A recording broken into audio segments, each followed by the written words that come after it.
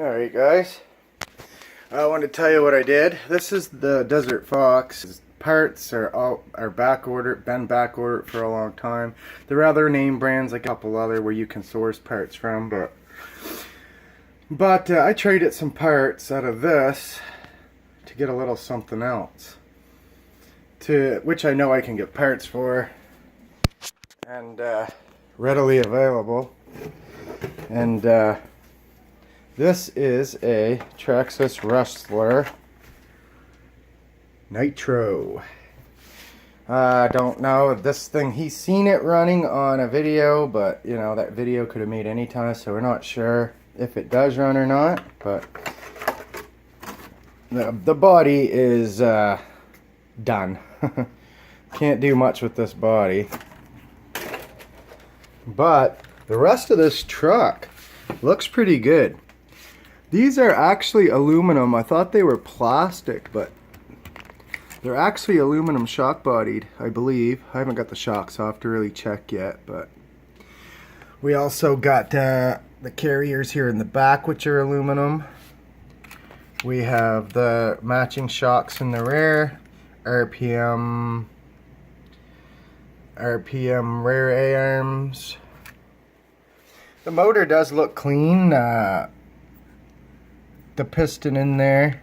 This was at bottom, so that's good. The piston's free, the motor's free. It does come with glow plugs. I ain't got a wrench or anything to fit in here, so I can't put a glow plug in there. I'm gonna have to block off this hole so no dirt gets down in this motor. But like I say, I'm not sure if this runs, but I know I can get parts for it. So to me it was worth the trade for a few parts off of the Desert Fox. And yeah, so we're gonna have to tear this apart a little bit. I'd like to take the bearings all out of the wheels and axles and stuff and check all the bearings. I may take the diff out, not sure yet. It would be nice to know if there's any oil in there. Yeah, we got the battery thing in there. I'd like to upgrade that to like a nickel metal hydrate or something rechargeable. But we'll see if this runs.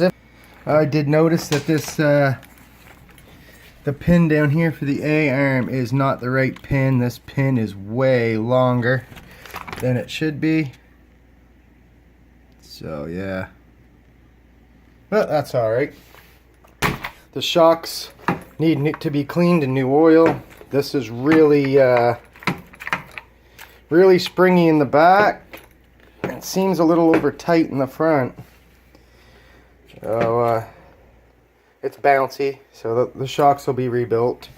Not rebuilt, but cleaned, fluid in them. But yeah, it's got a new header here. Yeah, the air filter is here for it, but it's missing a piece. I'll have to look into that. But if all goes right, maybe in a couple weeks, maybe I'll have this thing running. While we're at it, I do have dry shafts coming for this. I have, oops, there goes my body pins.